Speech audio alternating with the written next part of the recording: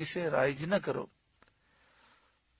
اور گھروں میں دروازوں سے آؤ۔ اگر احرام باندھ کے نکل گئے ہو، دوبارہ کسی ضرورت سے آنا ہے تو دروازے سے آؤ، دروازے سے آنے میں کوئی حرج نہیں ہے۔ اس آیت کریمہ میں اس بات کا درس ہے کہ بعض باتیں ایسی لوگوں میں غلط مشہور ہو جاتی ہیں جن کا اسلام سے اور دین سے کوئی تعلق نہیں ہوتا۔ ہمارے اس معاشرے میں بھی دین سے دوری کی وجہ سے بہت سی باتیں غلط مشہور ہو گئیں، بہت سی باتیں غلط مشہور کر دی گئیں۔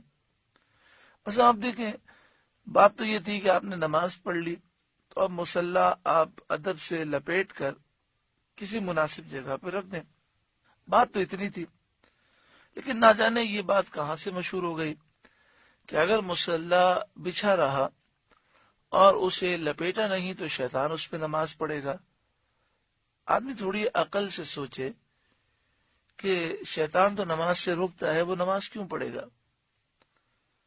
ہاں، ادب کا تقاضا یہ ہے کہ مصلی لپیٹ کر رکھ دیا جائے جب آپ نماز سے فارغ ہو گئے۔ لیکن یہ کہنا کہ اگر مصلی بچھا ہوا رہا تو شیطان اس پہ نماز پڑھے گا، بڑی عجیب و غریب بات ہے۔ اسی طرح قرآن مجید فرقان حمید کی تلاوت ہم مکمل کر لیں تو قرآن پاک کو بند کر کے چوم کر ادب کے ساتھ تعظیم کی جگہ پہ رکھ دینا چاہیے، اور قرآن کھلا چھوڑ کر اٹھ کر چلے جانا یہ ادب کے خلاف ہے۔ یہاں تک تو بات درست ہے، لیکن یہ کہنا کہ اگر قرآن کھلا رہے گا تو شیطان اس سے پڑھے گا، یہ بڑی عجیب و غریب بات ہے اور من گھڑت ہے۔ اس طرح کی بہت ساری باتیں لوگوں میں مشہور ہیں۔ اللہ تبارک و تعالی انسان کو عقل سلیم عطا فرمائے، دین کی ہمیں سمجھ عطا فرمائے۔ اس آیت کریمہ میں آخر میں فرمایا گیا واتقوا اللہ، اور اللہ سے ڈرتے رہو، لعلکم تفلحون، تاکہ تمہیں کامیابی نصیب ہو جائے۔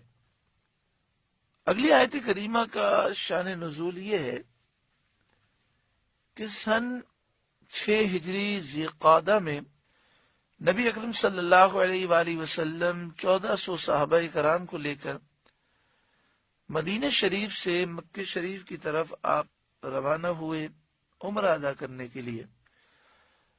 لیکن کافروں نے حدیبیہ کے مقام پر روک دیا، اور پھر کچھ دن کے قیام کے بعد کافروں سے صلح حدیبیہ ہوئی، جس میں یہ طے ہوا کہ اس سال مسلمان واپس چلے جائیں۔ آئندہ سال سن 7 ہجری میں ذی قعدہ کے ہی مہینے میں مسلمان آئیں 3 دن کے لیے، اور کافر 3 دن کے لیے ان کو مکہ شریف آنے دیں گے۔ 3 دن وہ مکہ شریف میں قیام کریں، عمرہ کر لیں، اور جو سن 6 ہجری میں عمرہ نہ کر سکے اس کی قضا کر لیں۔ تو اس کی قضا کے لیے مسلمان اب آئندہ سال آئیں گے، یہ طے ہوا۔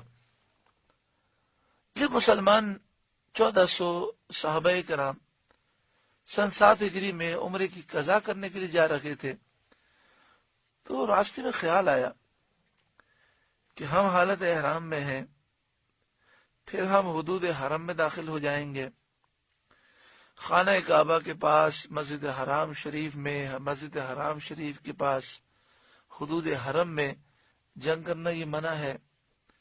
پھر مہینہ بھی حرمت والا مہینہ ہے ذی قعدہ، کہ 4 حرمت والے مہینے ہیں، ان میں سے یہ ایک مہینہ ہے۔ رجب، ذی قعدہ، ذی الحجہ، محرم، یہ 4 مہینے حرمت والے مہینے ہیں، حرمت والے مہینے ہیں جن میں جنگ اس وقت منع تھی۔ تو انہوں نے خیال کیا کہ ہم حالت احرام میں ہیں، اس میں جنگ منع ہے، حرم شریف میں داخل ہوں گے، وہاں جنگ کرنا منع ہے، پھر حرمت والا مہینہ ہے، اتنی ساری حرمتیں جمع ہیں، اگر کافروں نے ہم پر حملہ کر دیا تو کیا ہمیں دفاع کی اجازت ہوگی کہ نہیں ہوگی؟ تو اس پر یہ آیت کریمہ نازل ہوئی وَقَاتِلُوا، اور تم لڑو، فی سبیل اللہ، اللہ کی راہ میں،